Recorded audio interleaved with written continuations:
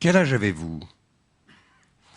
La question est encore plus gênante dans une langue comme l'anglais où c'est l'auxiliaire être qui lui sert de relais.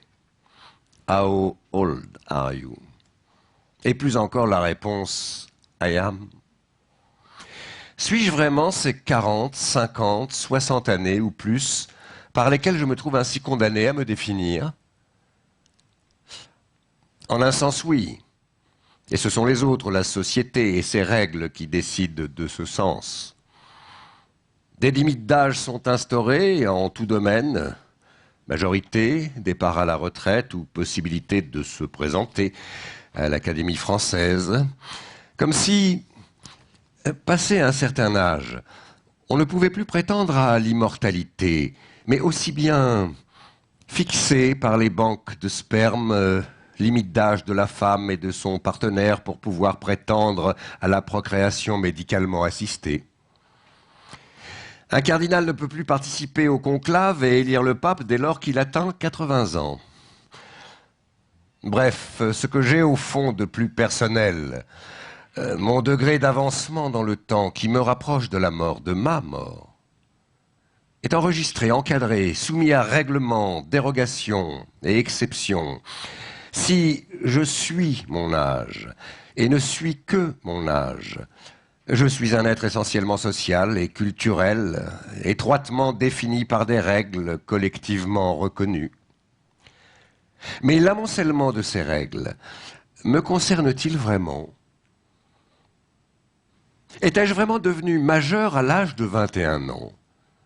Cette mutation se produit-elle vraiment 3 ans plus tôt, de nos jours? Suis-je devenu un autre, une fois mis à la retraite? N'ai-je plus rien à dire à partir de 65, 70 ou 80 ans? Problème de la liberté. D'autant plus que l'espérance de vie augmentant, le nombre des mises hors circuit risque de s'accroître. Danger de ces règles? Quand va-t-on interdire les vieillards de vote? En sens inverse, ne voit-on pas la part d'enfance rétrécir? Un criminel de moins de 16 ans est-il vraiment mineur ou témoigne-t-il de façon particulièrement tragique de l'érosion qui affecte de manière plus générale les rivages de l'adolescence? Il reste pourtant vrai qu'en cours d'existence, on franchit des frontières. Même si on en prend conscience que rétrospectivement, même si elles varient en fonction des individus et aussi des domaines d'activité, on ne peut être simultanément un vieux tennisman et un jeune cadre ou un jeune ministre. J'ai entendu une vieille dame me dire un jour dans son langage, et avec un sourire charmant, qu'elle avait gardé son âme de jeune fille. Je crois avoir compris ce qu'elle voulait dire, que derrière les rides et la fatigue du corps, il y avait le même regard, la même sensibilité, une forme de permanence. Peut-être est-ce cette discordance entre le vieillissement du corps et le temps long de la psychologie subjective qui a poussé à établir une distinction entre corps et âme, qui paraît évidente et naturelle à beaucoup, et leur fait croire, plus ou moins vaguement, à l'immortalité d'un principe spirituel. Quel âge avez-vous? Cette question, depuis quelque temps, me plonge dans l'embarras. D'abord pour ceux ou celles qui me la posent, parce qu'elle me semble témoigner d'une forme d'indélicatesse dont je ne soupçonnais pas l'existence. Ensuite, parce que je dois réfléchir avant de répondre. Et comment dire, je connais mon âge. Je peux l'énoncer, mais je n'y crois pas. De précision toutefois. La sourde irritation que me cause cette question, je ne la ressens pas lorsque ce sont de vieux complices qui la posent. Nous avons peu ou prou le même âge et ils connaissent déjà la réponse, mais nous prenons plaisir parfois à raffiner sur les détails, à chercher l'aîné de quelques semaines, voire de quelques jours, à faire comme si nous rivalisions et cherchions à définir l'ordre des préséances. Nous jouons. Et d'une certaine manière, cette mise en dérision correspond à notre état d'esprit. Nous sommes vieux, mais nous ne nous en rendons pas toujours compte. Comme si, nous déplaçant tous ensemble parallèlement et dans le même sens, nous avions perdu la conscience du mouvement. Seconde précision, ce trouble, devant l'énoncé de mon âge, est relativement récent, au moins sous cette forme. Après mes 35 ans, l'approche de la quarantaine m'avait inquiété quelque temps. Une fois sorti de cette zone de turbulence, de ce trou d'air, j'ai repris de l'altitude et de l'âge, sans émoi particulier. C'est lorsque je suis devenu l'aîné de mon père, mort à 64 ans, que j'ai commencé à me sentir hors d'âge.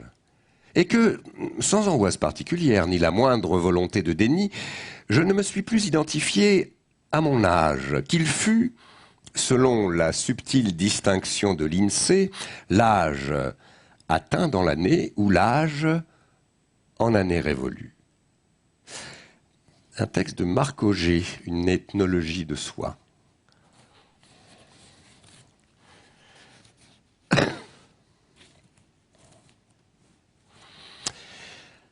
Je l'avais rencontré au bord de la mer, à Étretat.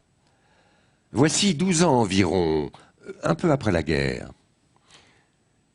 Rien de gentil comme cette plage, le matin à l'heure des bains. Elle est petite, arrondie, en fer à cheval, encadrée par ces hautes falaises blanches, percées de ces trous singuliers qu'on nomme les portes, l'une énorme, allongeant dans la mer sa jambe de géante, l'autre en face accroupie et ronde. La foule des femmes se rassemble, se masse sur l'étroite langue de galets qu'elle couvre d'un éclatant jardin de toilette clair, dans ce cadre de hauts rochers. Le soleil tombe en plein sur les côtes, sur les ombrelles, de toutes les nuances, sur la mer d'un bleu verdâtre. Et tout cela est gai, charmant, sourit aux yeux. On va s'asseoir tout contre l'eau et on regarde les baigneuses. Elles descendent, drapées dans un peignoir de flanelle qu'elles rejettent d'un joli mouvement, en atteignant la frange d'écume des courtes vagues. Et elles entrent dans la mer d'un petit pas rapide, qu'arrête parfois un frisson délicieux, une courte suffocation. Bien peu résistent à cette épreuve du bain. C'est là qu'on les juge, depuis le mollet jusqu'à la gorge. La sortie surtout révèle les faibles, bien que l'eau de mer soit d'un puissant secours aux chairs amollies. La première fois que je vis ainsi cette jeune femme, je fus ravi et séduit. Elle tenait bon, elle tenait ferme. Puis il y a des figures dont le charme entre en nous brusquement, nous envahit tout d'un coup. Il semble qu'on trouve la femme qu'on était né pour aimer. J'ai eu cette sensation et cette secousse. Je me fis présenter et je fus bientôt pincé comme je ne l'avais jamais été. Elle me ravageait le cœur. C'est une chose effroyable et délicieuse que de subir ainsi la domination d'une femme. C'est presque un supplice. Et en même temps, un incroyable bonheur. Son regard, son sourire, les cheveux de sa nuque, quand la brise les soulevait, toutes les plus petites lignes de son visage, les moindres mouvements de ses traits me ravissaient, me bouleversaient, m'affolaient. Elle me possédait par toute sa personne, par ses gestes, par ses attitudes, même par les choses qu'elle portait qui devenaient ensorcelantes. Je m'attendrissais à voir sa voilette sur un meuble, ses gants jetés sur un fauteuil. Ses toilettes me semblaient inimitables. Personne n'avait des chapeaux, mais pareils aux siens. Elle était mariée. Mais l'époux venait tous les samedis pour repartir les lundis. Il me laissait d'ailleurs indifférent. Je n'en étais point jaloux, je ne sais pourquoi. Jamais un être ne me parut avoir aussi peu d'importance dans la vie. Jamais un être n'attira moins mon attention que cet homme. Comme je l'aimais, elle. Et comme elle était belle, gracieuse et jeune. C'était la jeunesse, l'élégance et la fraîcheur même. Jamais je n'avais senti de cette façon comme La femme est un être joli, fin, distingué, délicat, fait de charme et de grâce. Jamais je n'avais compris ce qu'il y a de beauté séduisante dans la courbe d'une joue, dans le mouvement d'une lèvre, dans les plis ronds d'une petite oreille, dans la forme de ce sot organe qu'on nomme le nez. Cela dura 3 mois. Puis je partis pour l'Amérique, le cœur broyé de désespoir. Mais sa pensée demeura en moi, persistante, triomphante. Elle me possédait de loin comme elle m'avait possédé de près. Des années passèrent. Je ne l'oubliais point. Son image charmante restait devant mes yeux et dans mon cœur, et ma tendresse lui demeurait fidèle, une tendresse tranquille. Maintenant, quelque chose comme le souvenir aimé de ce que j'avais rencontré de plus beau et de plus séduisant dans la vie. 12 ans sont si peu de choses dans l'existence d'un homme. On ne les sent point passer. Elles vont l'une après l'autre, les années, doucement, et vite, lentes, pressées, chacune est longue et sitôt finie. Et elles s'additionnent si promptement. Elles laissent si peu de traces derrière elles. Elles s'évanouissent si complètement qu'en se retournant pour voir le temps parcouru, on n'aperçoit plus rien. Et on ne comprend pas comment il se fait qu'on soit vieux. Il me semblait vraiment que quelques mois à peine me séparaient de cette saison charmante sur le galet d'Étretat.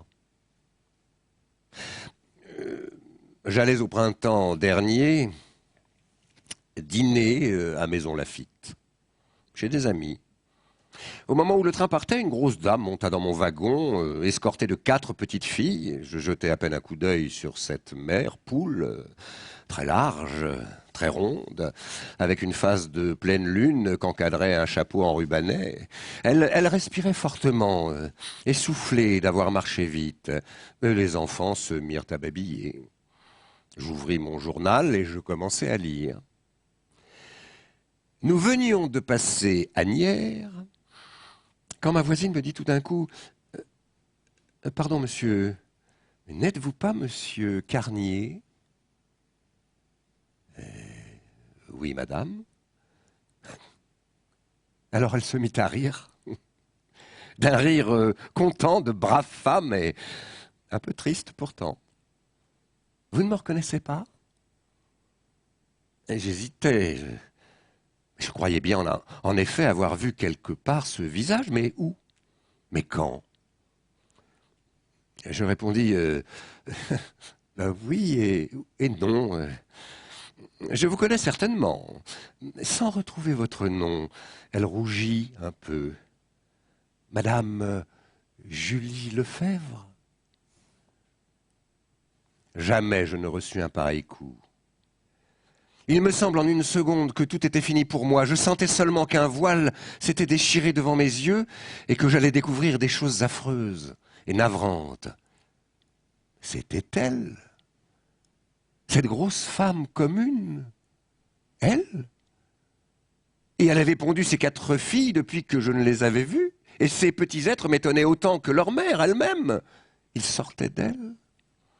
Ils étaient grands déjà. Mais ils avaient pris place dans la vie, tandis qu'elle ne comptait plus, elle, cette merveille de grâce coquette et fine. Je l'avais vue hier, me semblait-il, et je la retrouvais ainsi. Était-ce possible? Une douleur violente m'étreignait le cœur, et aussi une révolte contre la nature même, une indignation irraisonnée contre cette œuvre brutale, infâme, de destruction. Je la regardais effaré. Puis, je lui pris la main et des larmes me montèrent aux yeux. Je pleurais sa jeunesse, je pleurais sa mort, car je ne connaissais point cette grosse dame. Elle émue aussi, balbutia « Je suis bien changé, n'est-ce pas? Que voulez-vous? Tout passe. Vous voyez, je suis devenue une mère, rien qu'une mère, une bonne mère. Adieu le reste, c'est fini. Oh, Je pensais bien que vous ne me reconnaîtriez pas si nous nous rencontrions jamais. Vous aussi, d'ailleurs, vous êtes changé. Il m'a fallu quelque temps pour être sûr de ne point tromper. Vous êtes devenu tout blanc. Songez. Mais voici 12 ans, 12 ans. Ma fille est née à 10 ans déjà. Je regardais l'enfant et je retrouvais en elle quelque chose du charme ancien de sa mère, mais quelque chose d'indécis encore, de peu de forme, de prochain. Et la vie m'a paru rapide comme un train qui passe. Nous arrivions à Maison Laffitte, je baisais la main de ma vieille amie. Je n'avais rien trouvé à lui dire que d'affreuses banalités, j'étais trop bouleversé pour parler. Le soir, tout seul chez moi, je me regardais longtemps dans ma glace, très longtemps. Et je finis par me rappeler ce que j'avais été, par revoir en pensée ma moustache brune et mes cheveux noirs et la physionomie jeune de mon visage. Maintenant j'étais vieux. Adieu, Guy de Maupassant.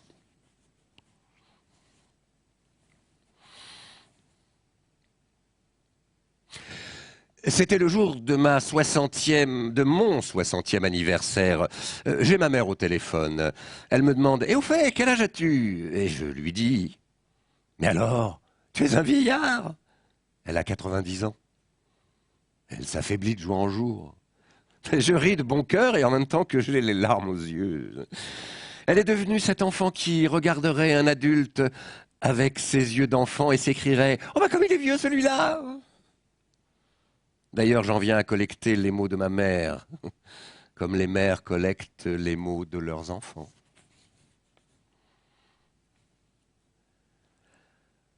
Parfois, surtout quand je me trouve dans une période qui m'est favorable, j'ai le sentiment très fort que je suis dans la fleur de l'âge, que mon plaisir à vivre n'a jamais été aussi vif et je suis porté par l'illusion que de nouvelles possibilités s'ouvrent à moi.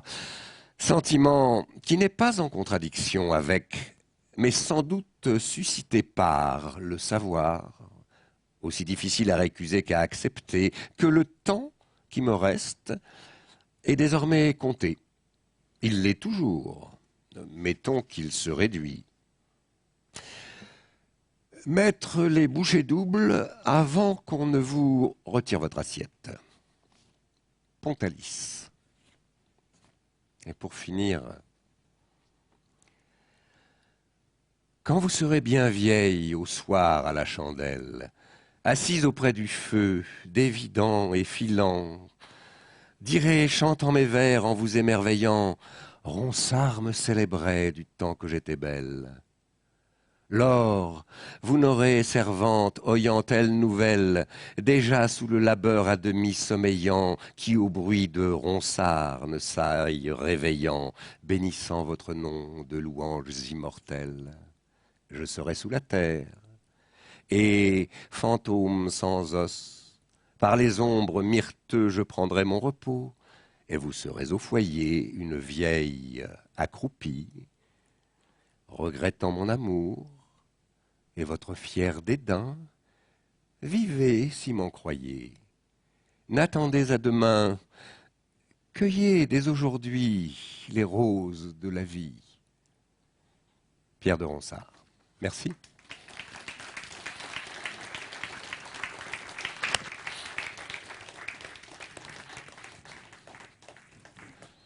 Ah ben, je vais prendre la place, monsieur Mali.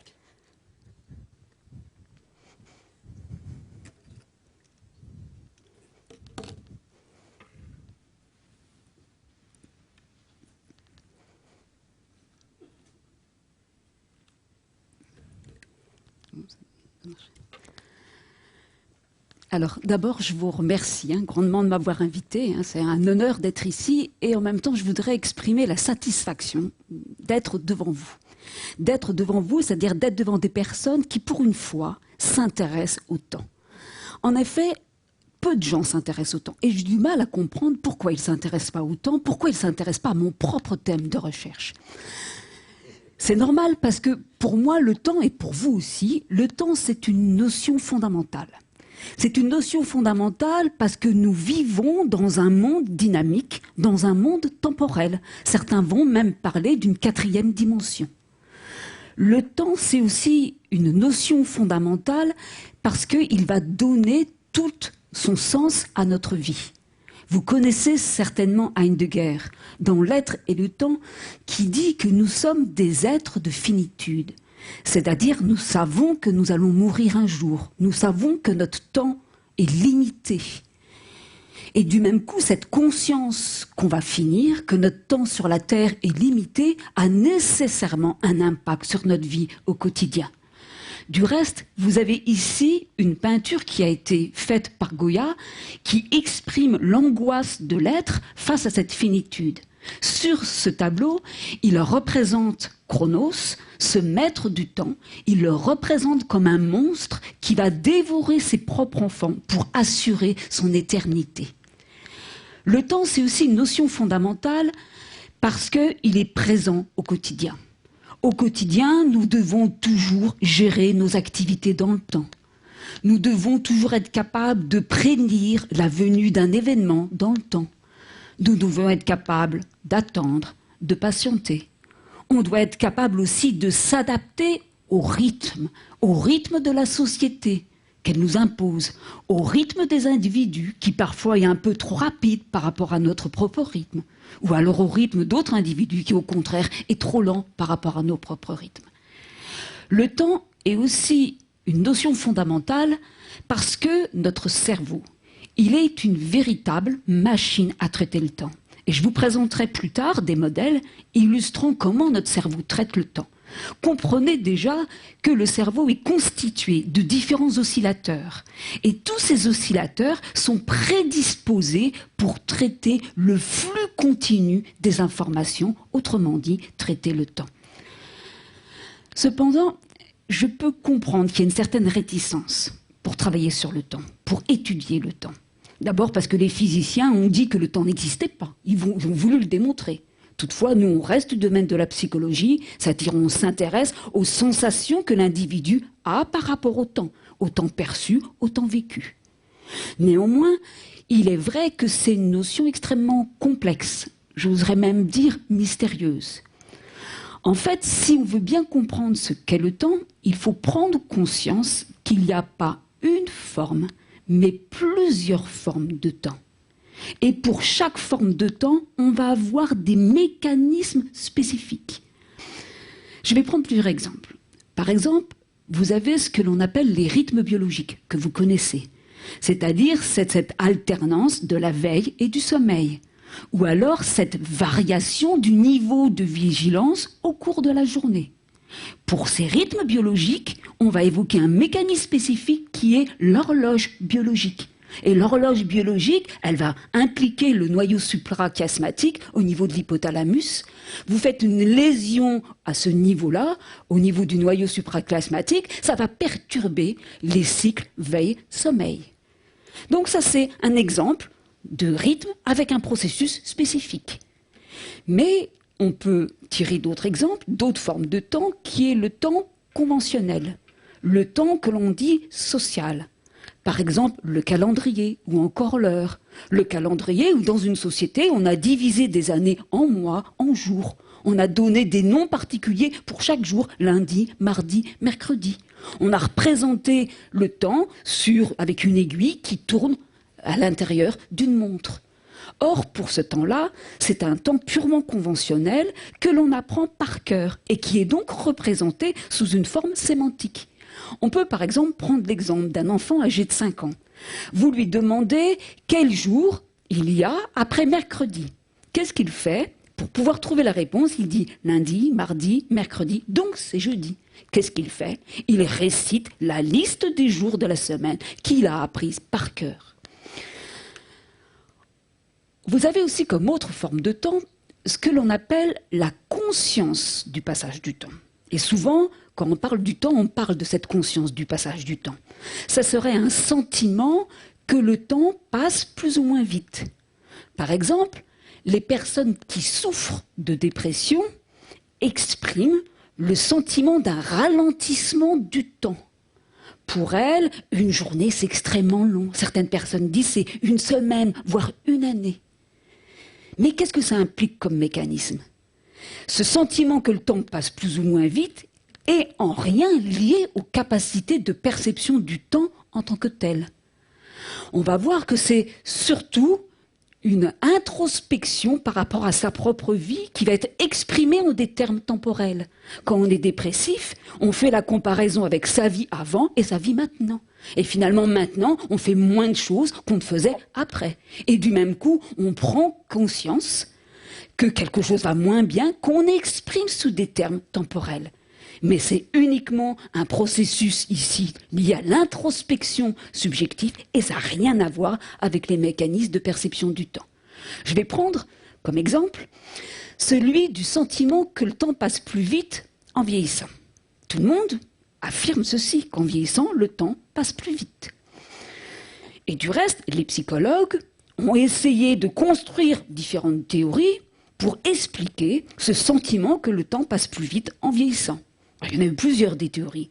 Certains ont dit que oui, ce ralentissement subjectif du passage du temps était lié à l'horloge interne. Notre horloge interne, elle ralentirait avec le vieillissement, et ce qui expliquerait des variations de ce sentiment subjectif du temps. D'autres théories ont supposé que c'était un problème d'attention. En fait, quand on vieillit, on fait moins attention au temps qui passe. On centre moins son attention sur le temps qui passe. Et du même coup, le temps passe plus vite. D'autres théories ont encore parlé d'un ratio entre l'âge que l'on a et le temps qui nous reste à vivre.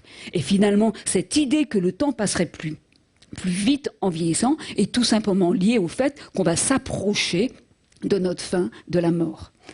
En fait, nous, ce qu'on a voulu démontrer, c'est qu'ici, il s'agit d'une pure inférence qui ne correspond à rien. C'est-à-dire que dans la vie de tous les jours, c'est faux. Les personnes âgées ne voient pas le temps passer plus vite que les personnes jeunes. Afin de démontrer ceci, on a réalisé une étude utilisant une méthode particulière qui est la méthode d'échantillonnage des expériences. En fait, on a donné un portable à des personnes âgées et des personnes jeunes et elles avaient ce portable pendant 5 jours. Tous les jours, de 8 heures du matin jusqu'à 20 heures du soir, il y avait 8 appels téléphonique. Et elle devait, à chaque appel téléphonique, immédiatement répondre à une question portant sur l'expérience immédiate du passage du temps. Maintenant, est-ce que vous trouvez que le temps passe plus ou moins vite? Est-ce que vous êtes d'accord avec cette idée-là? À chaque fois qu'elles exprimaient leur expérience sur le passage du temps au quotidien, on leur posait d'autres questions pour évaluer, par exemple, leurs émotions. Est-ce qu'elles étaient plutôt gaies, heureuses, tristes? Pour évaluer quelles activités elles étaient en train de faire à ce moment-là, pour voir si elles étaient seules ou non. D'abord, les résultats que l'on trouve. Si on pose la question aux personnes, jeunes ou âgées, est-ce que le temps passe plus vite avec le vieillissement ou est-ce que le temps passe plus vite maintenant qu'avant?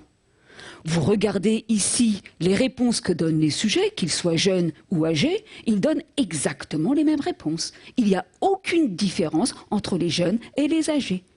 Tout le monde est d'accord sur cette idée. C'est donc une croyance partagée par tous. Si on regarde maintenant le jugement sur l'expérience du passage du temps au quotidien, ici pour les 5 jours où les sujets devaient répondre plusieurs fois à cette question, et on compare la performance entre les jeunes et les âgés, on ne trouve aucune différence significative. C'est-à-dire que les jeunes, comme les personnes âgées, ont exactement la même expérience, le même sentiment du passage du temps. Le seul résultat que l'on voit, c'est que finalement, le sentiment du passage du temps plus ou moins vite va être lié aux émotions ressenties. Que l'on soit jeune ou âgé, on va avoir le sentiment que le temps passe vite uniquement si on est heureux, si on a des sentiments, des émotions positives. Autrement dit, l'expérience du passage du temps ne change pas avec l'âge, ne change pas entre les jeunes et les âgés, mais change uniquement avec le bonheur qu'on ressent au quotidien. Enfin, il y a une autre notion de temps, et je vais m'attarder sur cette notion de temps parce que c'est celle que j'étudie. C'est la notion de durée. Plus précisément, la perception du temps, le jugement du temps. Lorsque je parle de durée, je parle d'intervalle temporel qu'il peut y avoir entre deux événements, ou alors je vais parler de la durée continue d'un seul événement. Par rapport à cette perception du temps, il y a des études qui ont été réalisées chez le bébé. Et chez le bébé, plusieurs études ont démontré que le bébé était capable d'apprendre la régularité temporelle des stimuli. De la même façon, d'autres études ont démontré que le bébé était aussi capable d'estimer de façon précise la durée des événements. Prenons les études travaillant sur la capacité à percevoir la régularité de présentation temporelle de présentation des stimuli. Ici, c'est une étude qui a été réalisée par une Américaine, Liz Brannon, où elle a enregistré l'activité électrique cérébrale chez des bébés âgés de 10 mois. Et en fait, elle a présenté à ces bébés âgés de 10 mois des sons présentés à rythme régulier, toutes les 1 seconde et demie. Et de temps en temps, il y avait des intervalles déviants qui apparaissaient plus tôt. Au lieu d'apparaître à 1 seconde et demie, ils apparaissaient par exemple à 500 millisecondes ou à 750 millisecondes. Sans rentrer dans le détail, vous voyez ici les résultats qu'elle obtient. C'est-à-dire, c'est le potentiel évoqué, c'est la réaction du cerveau face au stimulus qu'il reçoit. Ce qui va nous intéresser ici, c'est la différence qu'il va y avoir entre l'intervalle habituel et le déviant. Et on constate que l'adulte réagit à ce déviant. Tiens, il est surpris, le stimulus apparaît plus tôt que prévu. S'il considère qu'il apparaît plus tôt que prévu, c'est qu'il s'attendait à le voir plus tard. Et l'enfant, le bébé âgé de 10 mois, réagit exactement de la même façon. Autrement dit, il a appris avec précision l'intervalle temporel entre les différents stimuli. De la même façon, on a réalisé des études démontrant que le bébé était capable d'estimer avec précision la durée d'un événement. Pour mettre en évidence ces résultats, on a utilisé une tâche l'on appelle la tâche de dissection temporelle. Je vais un peu m'attarder sur cette tâche, parce qu'après, je vais vous présenter les résultats d'autres études qui reposent toujours sur la même tâche. Donc, il faut comprendre un peu son principe. Et je ne reviendrai pas après sur ce principe. En fait, c'est une tâche extrêmement simple. Vous allez, par exemple, présenter à des sujets sur ordinateur, sur un écran d'ordinateur, un stimulus, un rond bleu. Et ce rond bleu va être présenté pendant une durée standard courte ou une durée standard longue. La tâche du sujet est seulement de répondre court quand c'est la durée standard courte et long quand c'est la durée standard longue. Autrement dit, il doit simplement discriminer ces deux durées. Puis, dans une phase test, on va présenter des durées de comparaison qui vont être égales à la durée standard courte ou à la durée standard longue, ou alors de valeurs intermédiaires. Et la tâche du sujet consiste tout simplement à dire si ces durées sont plutôt similaires à la durée standard courte ou plutôt similaires à la durée standard longue. Il fait ce que l'on appelle une bisection temporelle, il catégorise les durées en deux, en court ou en long. Sur la diapositive suivante, vous voyez les résultats que l'on obtient généralement chez les adultes. C'est-à-dire, c'est une courbe psychophysique mettant en lien la proportion de réponses longues, les fois où il appuie sur la touche longue, en fonction de la durée du stimulus. Et on constate que la proportion de réponses longues augmente avec la durée du stimulus. Plus la durée est longue, plus le sujet répond long. Autrement dit, ça démontre qu'il est capable de faire une discrimination temporelle entre les différentes durées. Maintenant, chez le bébé, il est évident qu'on ne peut pas utiliser cette tâche, ce serait trop facile. Donc on ne peut pas enregistrer une réponse motrice, mais ce qu'on va enregistrer, c'est l'orientation du regard. Donc il y a tout un dispositif qui est mis en œuvre, on va enregistrer l'orientation du regard de l'enfant. Plus précisément, on va le mettre dans une situation où on va présenter des sons qui sont avec une durée standard courte ou une durée standard longue. Par exemple, un son court de 500 millisecondes et un son plus long d'1 seconde et demie. À chaque fois qu'il entend le son court, il voit apparaître, par exemple, sur sa gauche, une image comme un bateau. Dès qu'il entend le son long, il voit apparaître sur sa droite une autre image comme un hochet. Donc il apprend à associer durée courte, je vais voir quelque chose à gauche, et durée longue, je vais voir quelque chose à droite. Puis, dans une phase test, cette fois on va présenter les durées standards et des durées de comparaison, sauf qu'on va différer la présentation de l'image. Et on va regarder, on va analyser ce que l'enfant regarde au moment où il a entendu le son et juste au moment où il va voir l'image. Et qu'est-ce qu'on en observe? Ici, c'est le premier regard. Il entend un son, est-ce qu'il s'oriente vers la droite ou vers la gauche? Et vous avez la courbe que les bébés âgés de 4 mois obtiennent, avec la proportion de réponse longue, mis ici avec la durée du stimulus. Bien entendu, les courbes sont plus plates que celles qu'on obtient chez les adultes, parce qu'ils sont plus variables dans leur estimation du temps. Mais néanmoins, on retrouve une courbe cohérente. Plus la durée est longue, plus les sujets répondent longue. Donc, dès 4 mois, ils sont capables de discriminer, de faire la différence entre différentes durées. Sur la base de ces résultats qui montrent que le bébé, dès le plus jeune âge, il est capable de percevoir avec précision les durées, et il y a même des résultats qui montrent que le rat est capable de le faire, le pigeon est capable de le faire, les psychologues ont donc supposé que l'être humain ou l'animal devait posséder un système interne de mesure du temps. Ils l'ont appelé, non l'horloge biologique, qui est pour les rythmes, mais ils l'ont appelé une horloge interne.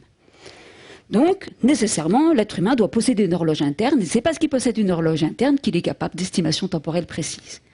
Donc, actuellement, les psychologues, ceux qui travaillent dans les neurosciences, ils sont partis à la recherche de cette horloge interne dans le cerveau. Qu'est-ce qu'ils ont trouvé?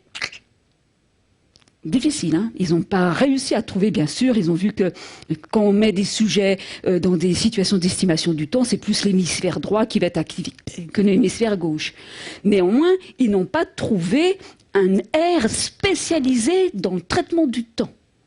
Les modèles actuels qu'ils proposent, c'est par exemple le modèle de Mattel-Mech, je prends dans le détail, mais qui montre que finalement, c'est tout un réseau de neurones qui va être utilisé pour pouvoir traiter, juger le temps qui passe.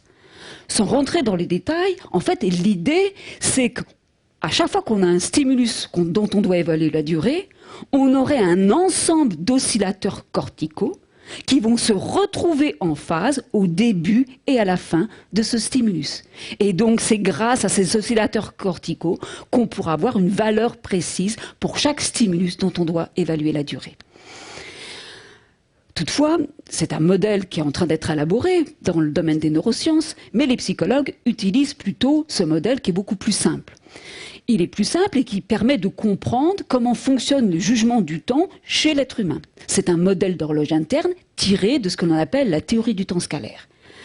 L'idée, c'est que dès qu'on porte un jugement temporel, bien entendu, ça va résulter de l'interaction entre plusieurs processus. Quand on porte un jugement, ça va impliquer des processus décisionnels, ça va impliquer des processus mnésiques. Néanmoins, ça va impliquer aussi un système d'horloge. Et ce système d'horloge fonctionnerait de la manière suivante. L'idée, c'est qu'on aurait en quelque sorte une base de temps dont on essaye de définir des oscillateurs, des impulsions.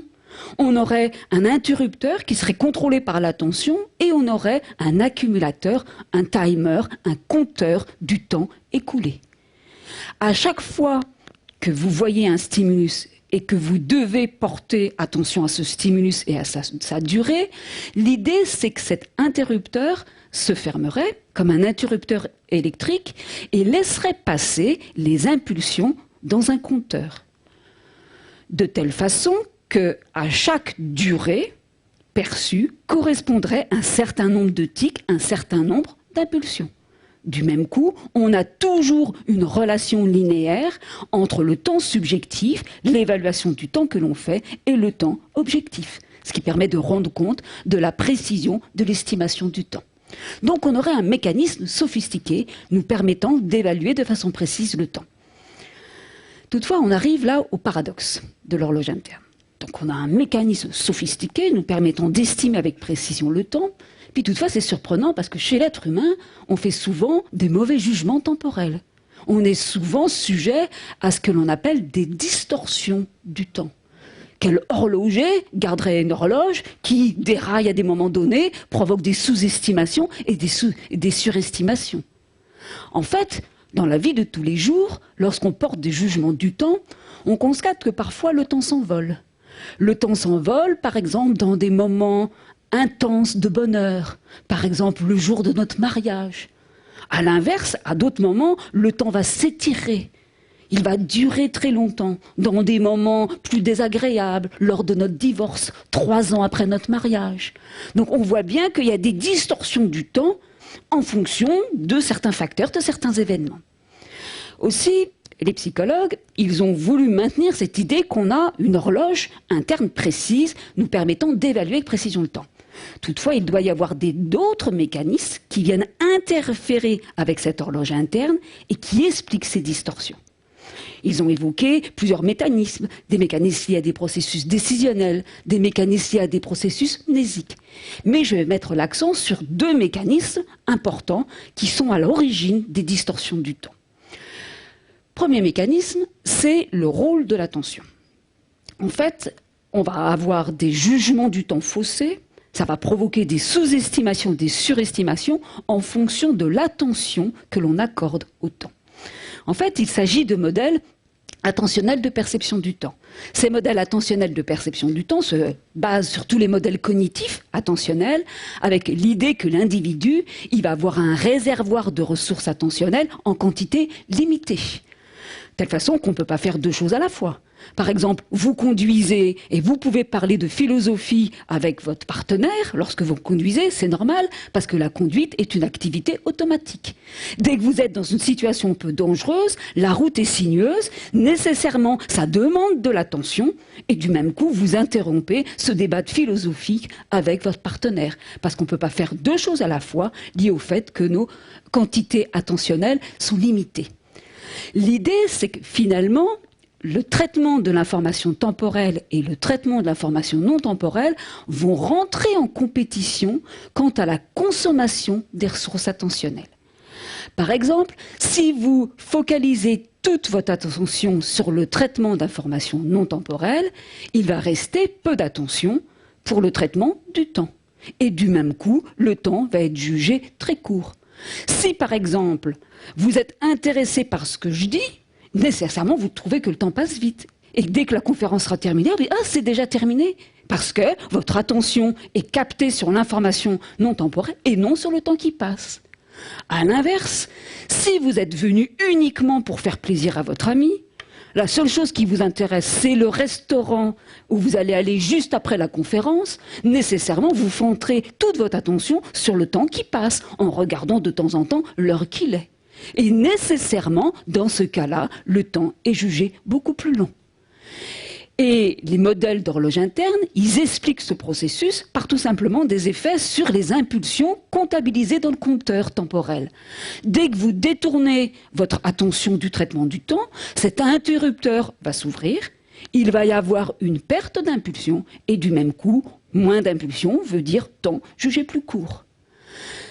En fait, la prédiction de ces modèles a été validée dans de nombreuses études. Il y a quelques années, j'avais même soumis un article dans une revue sur ces problèmes d'attention. Ils m'ont répondu non, ça va, hein, on connaît. On n'a pas besoin encore de publier un article sur ce domaine, tellement que c'est bien établi. Par exemple, vous avez ici les résultats qui ont été publiés par Françoise Macquart, où elle a travaillé dans une situation de double tâche. Double tâche, les sujets devaient évaluer la durée d'un stimulus et évaluer en même temps l'information non temporelle, notamment la couleur de ce stimulus. Ici, vous avez l'estimation du temps en fonction de la quantité d'attention accordée au temps. Si on accorde 100% de son attention au temps, le temps va être jugé plus long. Si le degré d'attention porté au temps diminue, du même coup, on voit que la sous-estimation du temps se met en place. Autrement dit, les distorsions du temps peuvent s'expliquer notamment par des processus attentionnels, si on porte plus ou moins attention au temps lors de l'activité qu'on réalise. Un autre mécanisme qui est évoqué, qui est important, c'est ce que l'on appelle l'activation physiologique. En anglais, on parle d'arousal, d'éveil. Par exemple, vous êtes dans une rue sombre de Paris, c'est un peu dangereux, il fait nuit, c'est sombre, vous avez peur. Et le simple fait d'avoir peur, ça va provoquer une activation physiologique. Tout votre organisme va être en éveil pour pouvoir agir le plus tôt possible, le plus vite possible en cas de danger. Et vous avez des indices physiologiques très clairs de cette activation physiologique, de cette augmentation du niveau d'éveil. C'est-à-dire on a des contractions musculaires prêtes à partir, on a le rythme cardiaque qui s'accélère, on a les pupilles qui se dilatent. Plein d'indices pour dire que tout l'organisme est en éveil pour pouvoir agir le plus vite possible. L'idée, c'est qu'on a une activation physiologique, du même coup, ça va aussi entraîner une accélération de notre horloge interne. Par exemple, on a cette base de temps avec un certain rythme, puis après, on a peur, on est dans une situation d'activation physiologique, cette base de temps va donc, elle va donc émettre des impulsions à un rythme plus rapide. Du même coup, pour un même stimulus, vous allez avoir plus d'impulsions comptabilisées, et le temps va être surestimé par rapport à une condition où vous êtes en situation relativement calme. Cet effet de l'éveil sur la perception du temps, en tant que l'éveil provoque des distorsions du temps, est en fait connu depuis longtemps. Ça a été étudié dans plusieurs types d'études, notamment dans une étude qui a été réalisée par Hoagland en 1933 et en 1935, où il s'est intéressé au lien entre la température corporelle et la perception du temps. En fait, Hoagland a utilisé un seul sujet dans son expérience. En fait, le seul sujet, c'était sa femme. Et en tant que bon scientifique, il a attendu le moment où sa femme tombe malade. Elle avait une bonne grippe avec une bonne fièvre et il en a profité pour lui faire passer plusieurs épreuves, dont des épreuves d'estimation du temps. Donc à chaque fois, il prenait sa température et puis dès que sa température baissait un peu, à nouveau, elle était obligée de réaliser ses autres tâches. Notamment, il lui a par exemple demandé de compter jusqu'à 60 à un débit subjectif d'1 par seconde. Et on constate que ce débit subjectif d'1 par seconde va changer en fonction de l'augmentation de la température du corps. Plus la température du corps augmente, plus elle va compter vite. Mais c'est normal parce qu'on explique ceci par un processus d'accélération de notre horloge interne. Toutefois, les études qui sont certainement plus convaincantes, c'est les études pharmacologiques qui ont été réalisées chez l'homme, mais aussi chez l'animal, notamment chez le rat. Par exemple, vous retrouvez ici les courbes de bisection temporelle que je vous ai présentées préalablement, avec la proportion de réponse longue et la durée du stimulus. Ceci pour plusieurs gammes de durée. Là, ils ont comparé deux situations où le rat, on allait injecter une solution neutre, solution saline, ou alors on allait injecter un agoniste dopaminergique et une méthamphétamine, qui va avoir comme effet d'augmenter le niveau d'éveil. Et dans ce cas-là, on voit clairement que la courbe de bisection, ici, va se décaler vers la gauche. Pour une même durée de présentation d'un stimulus, le rat répond plus souvent long. De la même façon, si vous prenez plutôt un sédatif, un antagoniste dopaminergique tel que l'allopéridol, cette fois on ne va pas avoir un décalage vers la gauche, mais on va avoir un décalage vers la droite. C'est-à-dire que comme l'horloge est ralentie, la personne, le rat, tend à sous-estimer le temps. Donc, ça montre clairement que, effectivement, des distorsions du temps peuvent être provoquées par des variations du rythme de notre horloge interne. Moi, je vais vous présenter des travaux qui ont été réalisés toujours dans ce domaine-là, sur le rôle de l'éveil physiologique, mais qui portent plus sur le lien entre la perception du temps et les émotions. Notamment, on a par exemple travaillé sur l'effet de la peur sur la perception du temps. La peur étant une émotion activatrice. Dans ce type de tâche, les sujets par exemple devaient réaliser une tâche de bisection temporelle dans une situation de ligne de base, quand ils étaient dans une situation émotionnelle neutre. Puis après, on va leur présenter un film pendant 10 minutes et le film a pour objectif de changer l'humeur des personnes. Et après, à nouveau, on les place dans une tâche d'estimation du temps. Là, vous retrouvez la courbe psychophysique dans la situation avant et après le film. Comme il s'agit d'un film neutre, c'était voir une animatrice présenter la météo, c'est particulièrement neutre et ennuyeux. Dans ces cas-là, on ne voit aucune distorsion du temps. En revanche, si vous leur présentez non un film neutre, mais un film qui fait peur, et vous avez des indices physiologiques qui montrent que les gens ont peur, dans ces cas-là, on voit clairement que les sujets vont de façon systématique surestimer le temps. Et c'est lié au fait que les émotions ont activé l'horloge interne. Dans le cadre de ces études sur les émotions, on a aussi beaucoup travaillé sur les expressions faciales émotionnelles.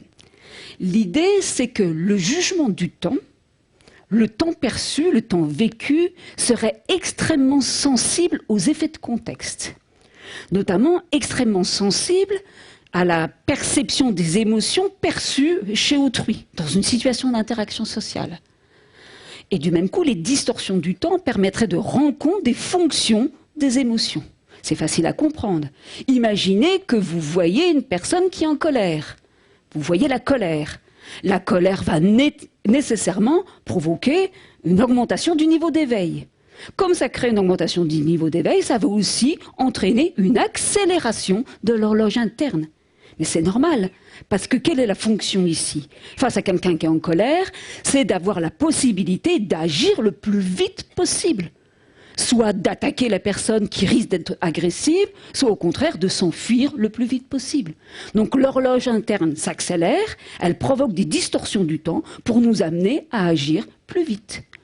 Donc, dans le cadre de ces études sur la bisection temporelle, pour le démontrer, on a utilisé des expressions faciales. D'abord, dans une première phase où les sujets doivent apprendre à discriminer les durées courtes des durées longues, on va présenter par exemple un rond rose. Puis après, quand on présente des durées de comparaison, on va présenter des expressions faciales qui sont présentées exactement pendant la même durée, soit neutres, soit une expression faciale en colère. Et le sujet doit tout simplement dire si c'est plutôt similaire à la durée courte ou plutôt similaire à la durée longue. Vous avez ici, maintenant vous êtes familier avec ce type de courbe, les courbes de bisection, la proportion de réponses longues en fonction de la durée, pour un visage neutre et pour un visage en colère. Ça veut dire que systématiquement, le fait d'être face à quelqu'un qui exprime de la colère provoque des distorsions du temps. Mais c'est normal parce que votre horloge s'accélère, parce qu'il va falloir peut-être agir. On a fait réaliser cette expérience avec des adultes, des enfants âgés de 8 ans et des enfants âgés de 5 ans. Ici, c'est une autre courbe qui représente un indice de différence entre la proportion de réponses longues pour les visages neutres et la proportion de réponses longues pour les visages en colère. Si c'est supérieur à 0, ça veut dire que nécessairement c'est surestimé. Et on trouve une surestimation dès l'âge de 5 ans. Et d'autres études ont montré qu'on trouve dès l'âge de 3 ans.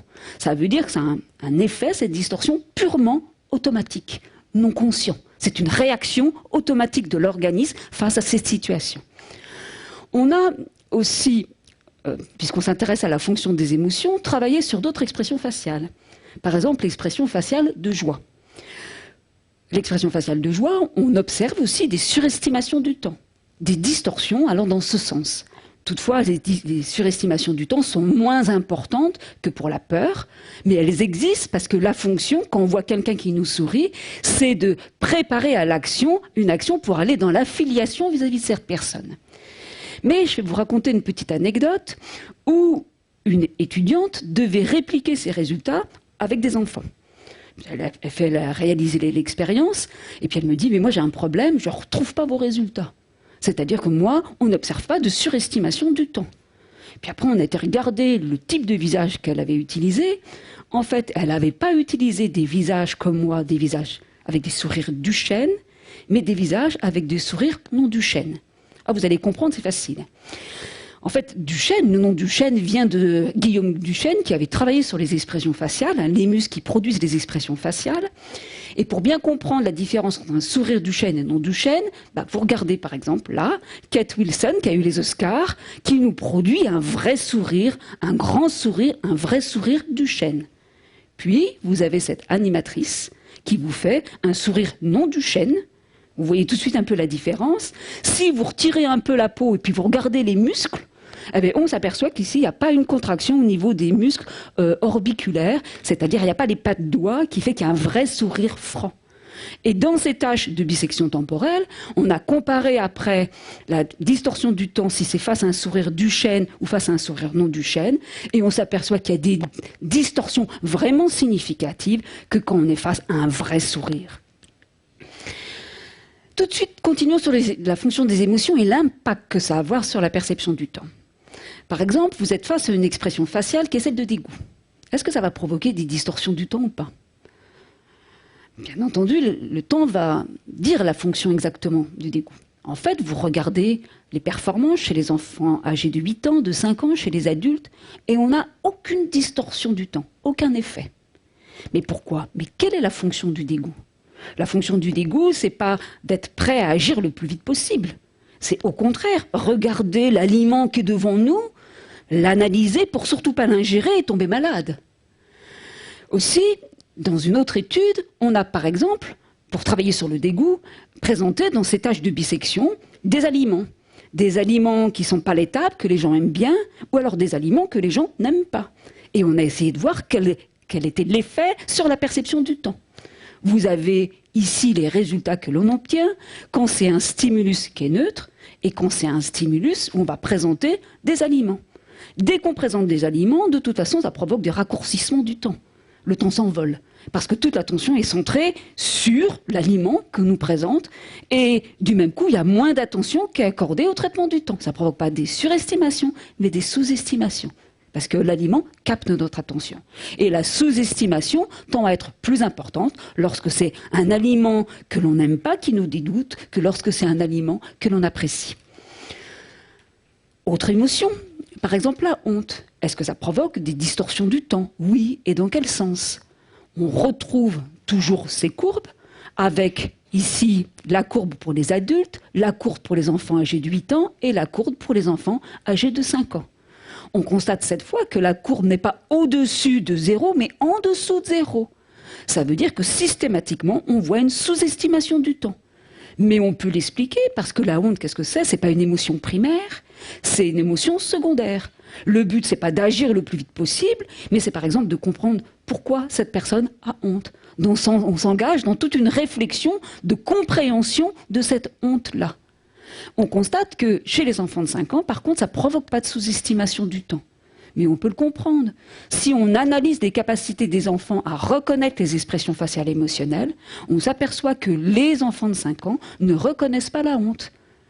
C'est-à-dire, comme ils ne reconnaissent pas la honte, ils ne vont pas s'engager dans une analyse de la cause de cette honte. La reconnaissance de la honte, puisque c'est une émotion morale qu'on va apprendre, elle n'apparaît qu'à l'âge de 8 ans et plus tard. Une question qu'on peut alors se poser, c'est que finalement, par quel mécanisme la perception de l'émotion exprimée par l'autre provoquerait un effet d'éveil qui va influencer la perception du temps? C'est par quel mécanisme intermédiaire expliquerait cet effet? Je perçois une émotion et comment ça va provoquer des distorsions du temps. En fait, pour cela, on peut se baser sur la théorie de la cognition incarnée qui met en valeur le rôle important du mimétisme. L'idée, c'est que dès que vous voyez quelqu'un qui exprime par exemple de la colère, vous allez automatiquement imiter cette colère. Autrement dit, vous allez faire une simulation interne de l'état émotionnel perçu chez l'autre. Autrement dit, on va un peu vivre cette colère, on la revit, on fait la simulation, on limite cette émotion. Et c'est parce qu'on imite cette émotion, qu'on la ressent la colère, qu'on est plus à même de pouvoir agir en conséquence et de façon adaptée. Ainsi, un des mécanismes médiateurs serait l'imitation. Aussi, on a essayé de voir quel était le rôle de l'imitation dans les effets de la perception des expressions faciales et émotionnelles sur la perception du temps. Par exemple, toujours dans notre tâche de bisection temporelle, on a présenté au sujet des expressions faciales neutres, de joie ou de colère, et cette fois, les sujets ont été répartis dans 2 groupes. Un groupe où ils peuvent spontanément imiter le visage qu'ils sont en train de percevoir, et un autre groupe où on va inhiber cette imitation. On va par exemple mettre un stylo, certains prendre un stylo dans la bouche qui va limiter totalement les expressions faciales émotionnelles. Vous avez les résultats que l'on trouve ici. lorsque le sujet peut imiter de façon spontanée l'émotion qu'il voit chez autrui, et lorsque cette imitation est limitée. S'il peut imiter, il n'y a pas de problème, on voit une surestimation du temps, une distorsion classique, plus importante pour la colère que pour la joie. En revanche, si le sujet n'a pas la possibilité d'imiter cette expression faciale, du même coup, on n'observe pas de distorsion. Donc le mimétisme de l'émotion de l'autre, qui entraîne la simulation de l'état de l'autre, est à l'origine de ces distorsions face aux expressions faciales émotionnelles. Mais en même temps, ça rejoint la littérature qui travaille sur les émotions. Dans la littérature qui travaille sur les émotions, ils ont par exemple fait des expériences où ils ont botoxé des sujets, des femmes, et les ont soumis à des tâches de reconnaissance des expressions faciales émotionnelles. Et on s'est aperçu que ces femmes qui étaient botoxées, du même coup, elles avaient plus de difficultés à reconnaître les émotions. Mais on retrouve ça aussi, c'est des sujets qui ont des problèmes pathologiques. Par exemple, des sujets qui ont des problèmes de maladie de Parkinson, qui vont avoir des problèmes moteurs, vont avoir aussi des difficultés pour reconnaître certaines émotions. Ainsi, dans la vie, il faut choisir. Se botoxer, avoir une peau lisse et être belle de façon éternelle, comme Nicole Kidman ou cette femme-là. Mais dans ces cas-là, on est moins en empathie avec les autres, on est plus isolé, ou alors admettre son vieillissement et du même coup pouvoir être en empathie, pouvoir comprendre émotionnellement l'autre. Une autre question qu'on peut se poser, c'est est-ce que finalement on va imiter tout le monde? À votre avis? Non, on ne va pas imiter tout le monde, parce que le système il a besoin d'être économique. Il faut s'adapter. Hein. Dès qu'on voit quelqu'un, on va pas imiter. Même si on a quand même une tendance forte. Hein. Si vous voyez par exemple un enfant que vous ne connaissez pas, qui exprime une émotion très forte de dégoût, il est dégoûté, vous ressentez ce dégoût et vous l'exprimez sur ce visage. Mais néanmoins, on va plutôt imiter certaines personnes que d'autres. C'est ce que l'on appelle, en quelque sorte, l'avantage intragroupe. On tend plus à imiter ce que l'on aime, ce que l'on côtoie au quotidien, et ceux qui nous ressemblent. C'est le phénomène avantage intragroupe. Pour montrer cet avantage intragroupe, en fait, dans nos tâches de bisection temporelle, on a présenté à nos sujets clermontois, auvergnats, on leur a présenté des visages émotionnels avec une expression neutre et une expression de colère, et ces visages étaient soit des visages caucasiens et soit des visages asiatiques. En plus, on a calculer aussi le degré d'empathie, le quotient d'empathie de ces personnes-là. Et on s'aperçoit que les distorsions sont plus nettes chez les sujets qui ont plus d'empathie vis-à-vis d'autrui que chez les autres sujets. Néanmoins, chez les sujets qui ont plus d'empathie, on voit qu'il n'y a pas de problème. Il y a vraiment une surestimation qui apparaît lorsqu'ils voient un visage en colère caucasien. Et cette surestimation du temps n'apparaît pas lorsqu'ils voient un visage appartenant dans un autre groupe, notamment asiatique. En fait, l'idéal, donc on n'a pas pris des étudiants en chinois, parce que l'idéal serait été de voir l'effet inverse chez les Chinois. Et là, ça aurait été une expérience bien faite, propre, jusqu'au bout. Le problème, c'est qu'à Clermont-Ferrand, il y a beaucoup d'étudiants chinois, c'est pas le problème, mais on ne peut pas les prendre, parce qu'il y a des études qui ont montré que quand ce sont des immigrés, qui sont dans un pays, ils font l'effort d'intégration. Et comme ils font l'effort d'intégration, ils vont essayer d'imiter l'autre, même l'autre qui est différent. En fait, pour voir vraiment des effets qui s'inversent, il faudrait aller en Chine et refaire cette expérience. Mais Clermont-Ferrand n'a jamais voulu me payer un billet d'avion pour faire mes études en Chine. C'est normal, ce sont des Auvergnats. Donc, ainsi, c'est en faisant l'expérience de l'autre, de son rythme, de ses émotions, que l'on arrive à s'adapter à l'autre, à le comprendre, à interagir avec lui de façon appropriée. Et quand je dis de façon appropriée, c'est-à-dire répondre à ses attentes, à ses besoins au bon moment. Donc, on a une gestion de l'action par rapport à l'autre qui se fait dans le temps.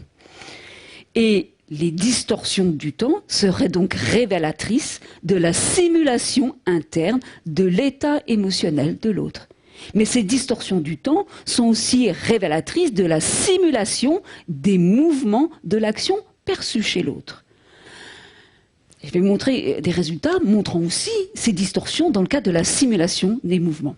Vous connaissez certainement les travaux sur les neurones miroirs qui ont été découverts par ces Italiens à l'université de Parme.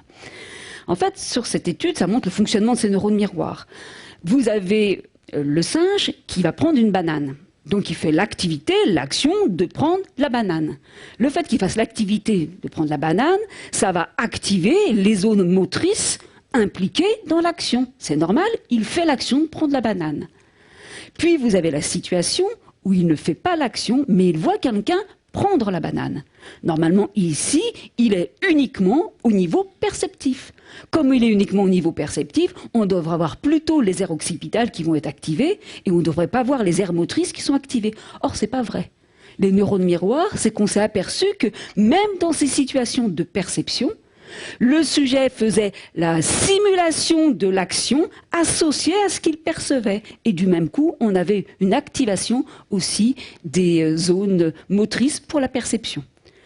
Pour voir si voir quelqu'un en mouvement affectait la perception du temps, nous, ce qu'on a utilisé dans une tâche de dissection, c'est les statues de Degas, les ballerines. Et dans les statues de Degas, il y avait plusieurs types de statues. On a pris celles qui faisaient des mouvements amples, tels que ceux-ci, ou celles qui adoptaient une position statique. Puis, on a présenté ces images, statiques, celle-ci ou celle-là, avec exactement les mêmes durées. Et si on regarde la perception du temps, on constate que, quelles que soient les gammes de durée utilisées, à chaque fois, on a des distorsions. C'est-à-dire que le sujet tend à surestimer l'image quand c'est une image qui montre un mouvement que quand c'est une image qui est statique. Pourquoi ? Parce qu'il y a la simulation interne du mouvement vu chez autrui. Et ces résultats ont été répliqués dans d'autres études, où au lieu de, par exemple, de présenter des statues de Degas, on présente un homme qui est statique ou un homme qui court, et quoi qu'il en soit, on retrouve aussi ces distorsions du temps. Pour finir, puisqu'il s'agit de parler de la simulation interne du mouvement perçu chez l'autre, je peux vous présenter une étude qu'on a réalisée avec des collègues à Clermont-Ferrand sur la simulation de la lenteur. La lenteur chez les personnes âgées. Certains vont parler du stéréotype de la personne âgée qu'est la lenteur. Mais ce n'est pas qu'un stéréotype, parce que c'est aussi une réalité cognitive et motrice. C'est-à-dire qu'il est évident que, d'un point de vue cognitif, on traite l'information de façon plus lente, on se mouvoie de façon plus lente. Et du reste, il y a une étude qui a été réalisée par Bage en psychologie sociale. C'est des étudiants. Il les a placés dans une salle expérimentale qui était à quelques mètres de l'ascenseur. Et les sujets ont été répartis dans 2 groupes. Chaque groupe était soumis à une tâche de mémoire, mais les mots qu'ils devaient rappeler étaient différents. Dans un groupe, on activait, on faisait appel à des mots se référant à la vieillesse. Donc c'était des Américains, c'est Floride, déambulatoire, ou d'autres mots qui sont vraiment, ou petit enfant, qui se réfèrent à la vieillesse. Par contre, dans l'autre groupe, bien entendu, c'était des mots qui n'avaient rien à voir avec la vieillesse. Puis, après cette expérience, où on avait activé des mots de vieillesse, il a mesuré le temps de déplacement des sujets pour aller de la salle expérimentale à l'ascenseur. Et il a constaté que les gens chez qui on avait activé cette idée de vieillesse, donc on avait activé ce stéréotype de la lenteur, ils vivaient cette lenteur, ils refaisaient l'expérience de cette lenteur, et du même coup, ils mettaient beaucoup plus de temps pour aller jusqu'à l'ascenseur que les autres sujets. De la même façon, on a voulu tester ceci dans le cadre de la perception du temps. C'est-à-dire que, toujours dans notre fameuse tâche de dissection temporelle, on a présenté au sujet des visages de personnes jeunes ou âgées, des femmes, ou des visages aussi de personnes jeunes et âgées, des hommes. Et les sujets, bien entendu, étaient des étudiants de Clermont-Ferrand. Je ne vais pas rentrer dans le détail du point de vue de ces résultats, mais vous avez par exemple les résultats obtenus chez les étudiantes filles et chez les étudiants garçons. Ici, vous avez plusieurs courbes. On va noter par exemple ici cette courbe-là. Cette courbe-là, c'est lorsque l'on présente un visage d'une femme âgée. Ça veut dire que automatiquement, lorsque les personnes voient le visage d'une femme âgée, ça va provoquer une simulation interne et du même coup un ralentissement de l'horloge interne. Et par des analyses mathématiques, on prouve que c'est vraiment un ralentissement de l'horloge interne qui est obtenu et qui provoque ce raccourcissement subjectif du temps. On retrouve ceci chez les sujets femmes, mais aussi chez les sujets hommes. D'accord ? Donc on obtient ça de façon systématique. Donc, en conclusion, qu'est-ce qu'on peut dire? On peut dire que notre cerveau, c'est une véritable machine à traiter le temps, et que les distorsions du temps sont révélatrices de notre état interne, de notre incorporation de l'état de l'autre dans des situations d'interaction sociale. Voilà. Merci.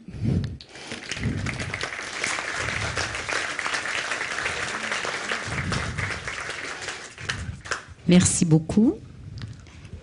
Merci à Nicolas Pignon pour les lectures de poésie et de romans. Merci à vous pour votre prestation. Il est drôlement tôt.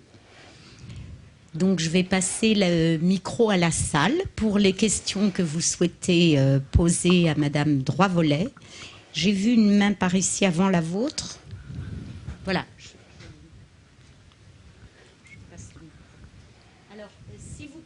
Excusez-moi, si vous pouvez poser une question pour que le maximum de personnes puissent s'exprimer. Merci beaucoup. J'ai plein de questions à poser, mais je vais jouer le jeu. Alors, la question que personne ne va poser, c'est est-ce que, avec de l'entraînement, on peut estimer des temps à la fois courts et beaucoup plus longs, c'est-à-dire de plusieurs heures, avec une plus ou moins grande précision? Et est-ce que, par exemple... Est-ce qu'il y a des compétitions du style d'estimation du temps? On isole des gens et on leur demande quelle heure il est, combien de temps c'est écoulé, etc. Alors, pour ceux qui travaillent sur la perception du temps, on ne travaille pas sur des durées aussi longues qu'une heure. D'abord parce que ce serait extrêmement ennuyeux, et puis après il y a d'autres mécanismes qui vont rentrer en cause. Donc on va travailler sur des durées de quelques millisecondes, des durées de quelques secondes, voire quelques minutes, mais en tout cas pas une heure. Ce qu'on peut dire, c'est que plus les durées sont longues, plus le sujet va être variable dans son estimation du temps. Mais c'est normal en tant que tel, parce que quand vous devez traiter une durée qui s'étend dans le temps, nécessairement, ça suppose de maintenir son attention focalisée sur tout l'écoulement du temps. Donc du même coup, le temps devient beaucoup plus variable quand c'est des durées longues. Après, vous parlez, est-ce qu'il y a des, si j'ai bien compris, est-ce qu'il y a des gens qui vont mieux estimer le temps que d'autres? C'est ça? Oui. C'est-à-dire que vous avez par exemple les musiciens. Les musiciens qui sont habitués avec des rythmes, c'est des spécialistes du temps, hein, et du même coup, ils ont des meilleures estimations du temps.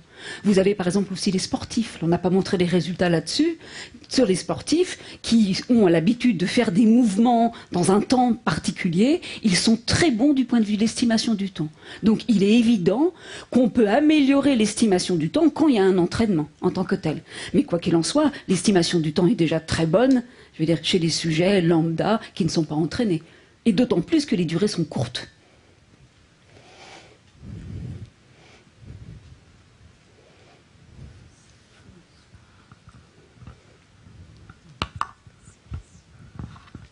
Oui, bonsoir. C'est pour le problème de le thème d'ensemble, bien sûr, du sujet était l'attention.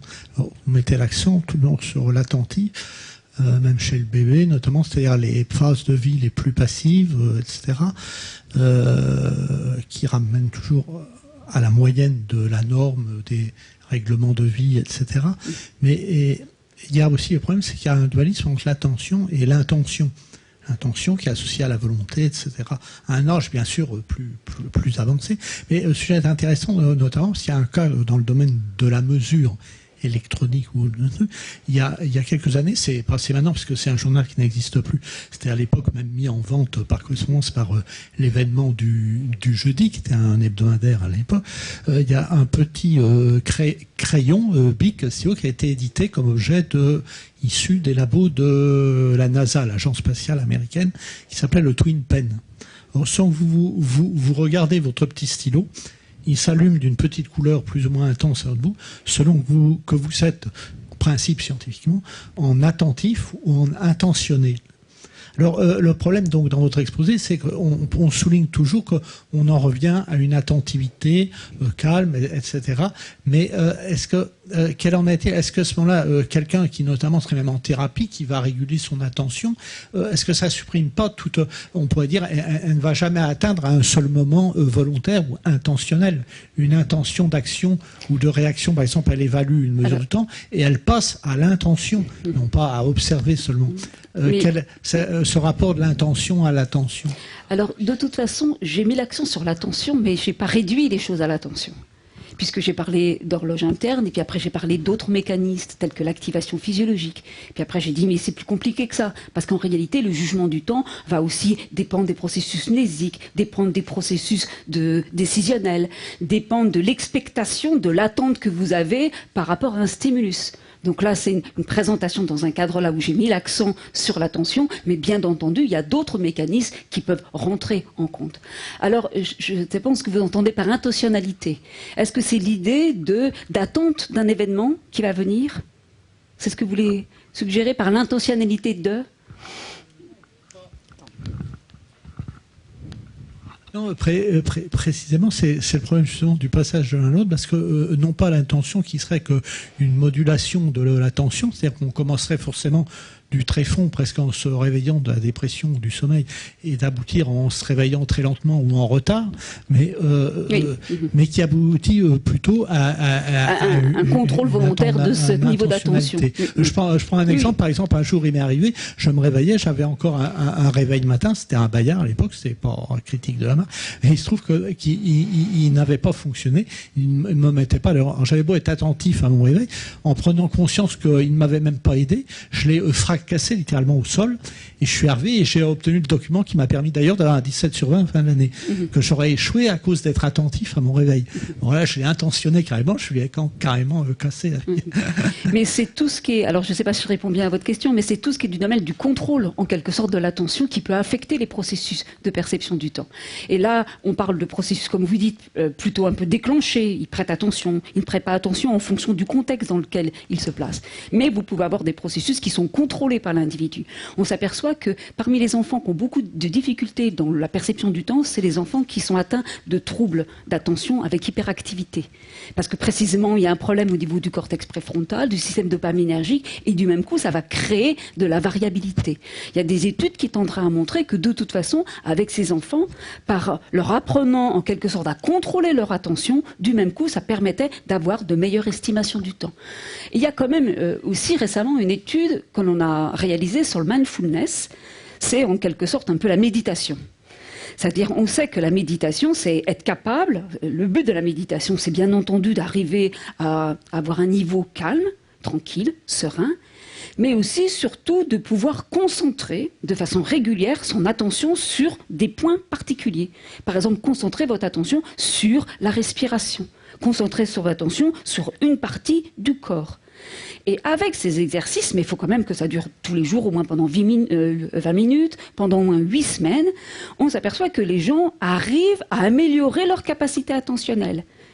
Pourquoi ils arrivent à améliorer leur capacité attentionnelle? Parce qu'ils arrivent à avoir plus de contrôle sur leur attention. Et dans ces cas-là, on les a mis dans des tâches de perception du temps, nécessairement, ça améliore en quelque sorte leur jugement temporel. Donc bien entendu qu'il y a l'attention qui est orientée par des événements, des stimulations extérieures, mais il peut y avoir une attention contrôlée, déclenchée par l'individu de façon consciente et qui affecte bien entendu les processus de perception du temps. Merci. On entend parfois des gens, dans des cas de gens qui ont été pris en otage, par exemple, retenus dans des endroits sombres, sans lumière et pendant des durées longues, que quand ils sortent, forcément, la perception du temps est complètement cassée. Enfin, est-ce qu'on peut avoir une lésion irréversible de la perception du temps, ou est-ce que on arrive à se réadapter Alors, d'abord, il n'y a pas de trouble spécifique du temps. Il n'y a pas la maladie du temps. Ça n'existe pas. Ça veut dire qu'il y a plusieurs personnes qui vont avoir des maladies, que ça va perturber la perception du temps. Des gens qui ont une maladie d'Alzheimer, nécessairement, ça va perturber la perception du temps. Vous leur demandez quelle date on est, quel jour on est, ils n'y arrivent pas. Vous avez des sujets qui sont atteints de maladie de Parkinson, qui va affecter le système dopaminergique, nécessairement, ça va provoquer des troubles de la perception du temps. Mais c'est plusieurs maladies qui ont pour un effet d'altérer la perception du temps, mais il n'y a pas de pathologie du temps. Mais on peut le comprendre, parce que finalement, vous voyez que tout notre cerveau est prédisposé à traiter le temps. Le temps est partout. Donc du même coup, il n'y a pas de pathologie avec une lésion particulière qui provoquerait ce type de maladie. Après, vous parlez des individus, par exemple, qui ont subi un traumatisme, qui ont été dans une situation, un événement particulier où le temps n'existait plus. Après, il faut savoir de quel temps on parle.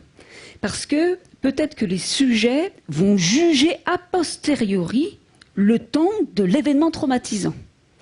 Quand vous jugez a posteriori le temps de l'événement présent, c'est du temps rétrospectif et non du temps prospectif. Dans toutes les situations que j'ai présentées, le sujet savait qu'il devait traiter le temps, ou il était entraîné pour être amené à traiter le temps. Mais vous pouvez, par exemple, être dans une situation, un événement, mais vous ne faites pas attention au temps, puis après, juste après avoir réalisé cet événement, on vous dit, et finalement, quelle était la durée de cet événement? Donc vous faites un jugement rétrospectif. L'idée, c'est que dans ce cas-là, on va porter un jugement, mais ce jugement peut être porté non sur de la durée, sur autre chose. Parce que la durée, vous n'avez pas porté attention au temps qui passe. Mais toutefois, vous faites quand même un jugement. Mais le jugement va être recalculé sur la base de ce que vous vous souvenez. Par exemple, le nombre d'événements que vous avez vécus. Ou alors la nature des événements que vous avez vécus. Donc c'est une reconstruction a posteriori d'un jugement temporel qui n'a rien à voir avec l'horloge interne, qui n'a rien à voir avec ce que j'ai présenté. Et dans ces cas-là, ces jugements sont basés sur des problèmes de mémoire, mais pas sur une horloge interne. C'est pour ça que c'est difficile, parce que dans le temps, je veux dire, on a beaucoup de choses qu'on exprime sur des thèmes temporels, mais qui n'impliquent pas spécialement des mécanismes purement de perception du temps. Là, de ce que vous me parlez, ça implique des mécanismes mnésiques, de mémoire, mais en rien le système d'horloge interne. Bonsoir. Pourriez-vous développer votre citation pour les physiciens, le temps n'existe pas. Oui. Alors, mais vous avez une conférence sur ce sujet ? Oui, on a eu un cycle de conférences au mois d'avril. Oui. En fait, moi, quand j'avais commencé mes études sur la perception du temps, comme tout étudiant bien scolaire, donc j'avais fait 2 chapitres complets, même voire 3, d'abord sur les philosophes, comment ils conçoivent le temps, puis après j'avais vu le temps, comment il est conçu d'un point de vue de la physique, par les physiciens. Vous savez ce qu'à cette époque, ma directrice de laboratoire, ce qu'elle a fait de mes 2-3 chapitres, elle les a pris, elle les a déchirés. Elle dit, on est en psychologie, on ne fait pas de la philosophie, on ne fait pas de la physique. En effet, parce qu'en physique, quand on regarde la théorie de la relativité d'Einstein, il démontre qu'en fait le temps n'existe pas. Puisque le temps va dépendre, par exemple, du mouvement des objets dans l'espace et de la vitesse de ces mouvements. Donc le temps est une donnée qui va être dérivée d'autre chose. Donc en fait, le psychologue, il va pas travailler sur quelque chose qui n'existe pas. Le psychologue, lui, il se base sur des sensations, c'est-à-dire du temps tel qu'il est ressenti, tel qu'il est perçu par l'individu. Donc psychologiquement, le temps existe. Et psychologiquement, le temps est important pour notre vie. Mais dans ces cas-là, c'est un temps propre. Ce n'est pas un temps décrit par les physiciens qui va dépendre, bien entendu, d'autres dimensions, telles que dimensions spatiales et de mouvement. C'est pour ça qu'on finalement, on ne travaille pas sur le même type de temps. Et c'est l'idée que le temps c'est un temps propre qui est subjectif. D'où le fait que, bien sûr, on a des mécanismes pour évaluer avec précision le temps, mais aussi on est sujet toujours à des distorsions, parce qu'à chaque fois, ça va fluctuer en fonction des contextes. Pourquoi ? Parce que c'est notre temps propre, notre temps interne, qui est toujours en cause. Et n'a rien à voir avec le temps des physiciens. Mais par contre, ce que vous pouvez faire, c'est que certains ont travaillé, par exemple, sur l'élaboration de connaissances par rapport au temps. Et c'est Piaget qui a beaucoup travaillé là-dessus.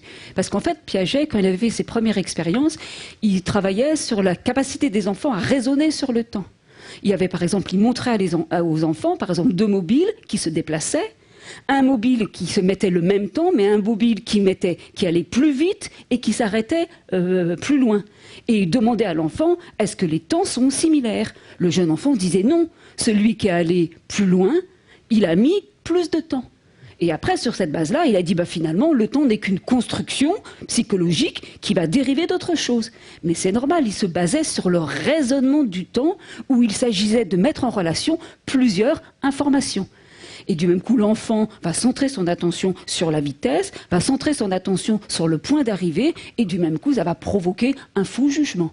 Mais si vous prenez des situations épurées, où on met de côté toute cette notion d'information spatiale, d'information cinétique, dans ces cas-là, l'enfant très jeune va être capable d'estimer avec précision le temps.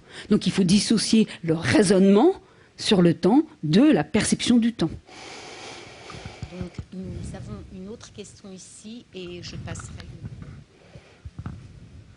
Oui, alors justement, à propos de reconstruction, vous avez bien précisé, c'est là où l'intérêt de ma question, si je puis dire. Vous parlez de reconstruction. Et la distorsion du temps est toujours très faible.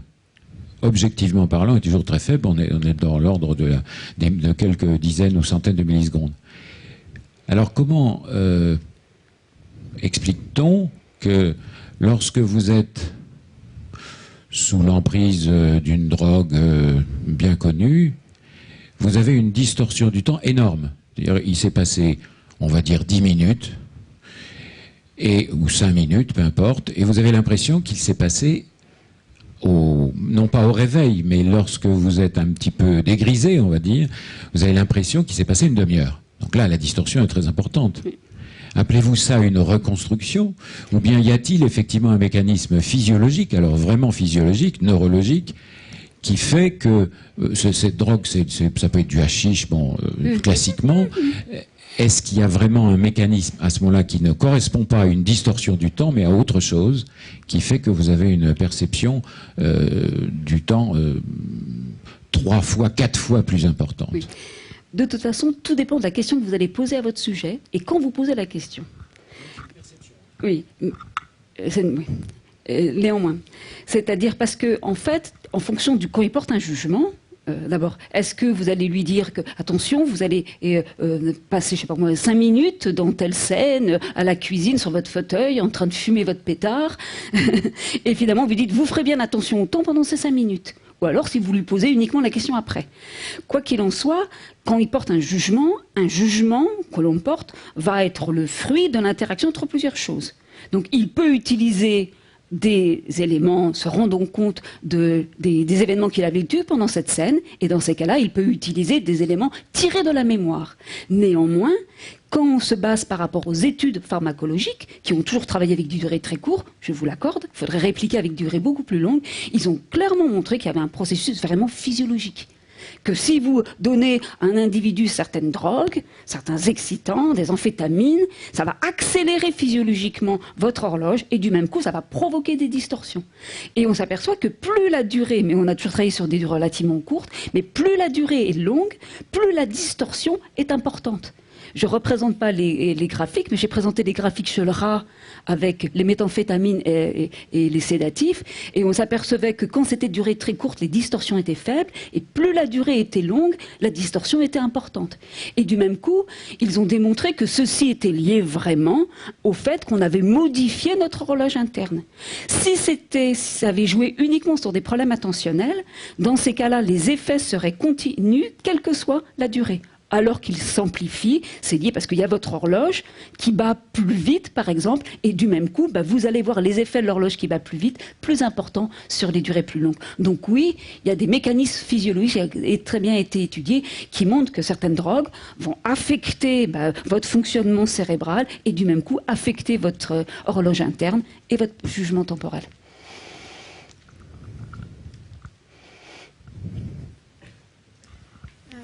C'est une question sur une diapo que vous avez, du début de votre présentation, où j'ai eu l'impression qu'il y avait une asymétrie à propos des unités attentionnelles. Vous avez pris l'exemple de la conférence. Oui, ça peut aller beaucoup plus vite, mais ça ne va pas beaucoup plus lentement. Dans la courbe, il y a une asymétrie, c'est-à-dire qu'il y a une perception où on peut dire que ça s'est passé en un flash de temps, mais par contre, on n'a pas l'impression que ça met une éternité. Mais parce que c'est toujours des situations, ils savent, c'est des durées assez courtes, en quelque sorte. Ça veut dire que les sujets maintiennent quand même leur capacité à estimer le temps. Et ça provoque des distorsions. Ça ne provoque pas à un point où il est plus capable d'estimer le temps et du même coup il donne des données qui sont complètement aberrantes.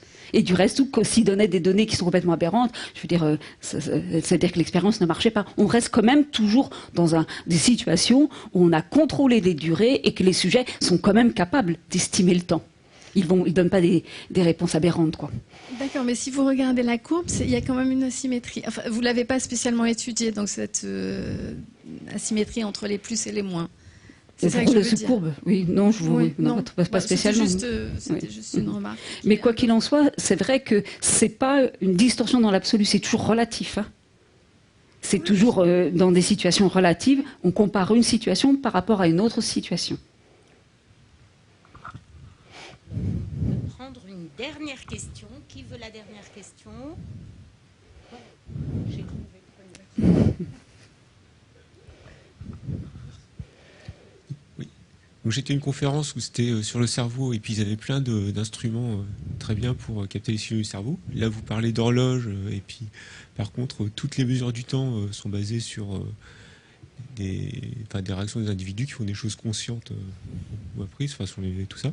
Est-ce que maintenant on arrive à voir dans les électroencéphalogrammes ou autres techniques de mesure de l'activité neuronale cette fameuse horloge qui peut s'accélérer ou ralentir selon la situation émotionnelle des individus? Oui, alors le problème un peu dans les études pour l'instant, dans le domaine-là, c'est qu'ils ont soumis beaucoup de sujets à des tâches de perception du temps. Et à chaque fois, on n'a pas réussi à localiser de façon précise. Je veux dire, l'aire corticale qui serait responsable de la perception du temps. C'est toujours tout un réseau en tant que tel qui est impliqué. Donc là, le problème dans ces études, c'est qu'ils essayent d'abord de voir comment ça fonctionnerait avant de regarder, de travailler sur les distorsions. C'est déjà une autre étape, travailler sur les distorsions. Il faut d'abord voir comment ça fonctionne, comment le cerveau arrive à traiter le temps dans des situations neutres, classiques, avant de regarder les effets de distorsion du temps. Mais est-ce que sans savoir d'où ça vient, est-ce que dans les signaux captés, on arrive à extraire des fréquences qui peuvent correspondre à la fréquence de l'horloge qui est évoquée en permanence dans votre exposé? Non, pour l'instant, non. Pour l'instant, non. Parce que c'est vrai que sur l'idée qu'il y avait, vous avez cette idée d'horloge interne avec des impulsions, ça c'est une pure métaphore, c'est un modèle. Il est évident que ça ne peut pas fonctionner comme ça. Après, pour l'instant, on n'a pas réussi, puisqu'à chaque fois c'était avec des durées extrêmement différentes, avec des stimuli extrêmement différents, on n'a pas réussi à identifier par exemple une fréquence spécifique qui serait révélatrice de cette horloge interne. Vous avez par exemple un rythme cérébral, je veux dire que ce rythme cérébral serait révélatrice de cette horloge interne. Et du même coup, qu'on pourrait accélérer ce rythme ou pas. Donc pour l'instant, non, on n'a pas réussi à mettre en lien directement cette horloge interne avec par exemple un rythme cérébral qui serait spécifique.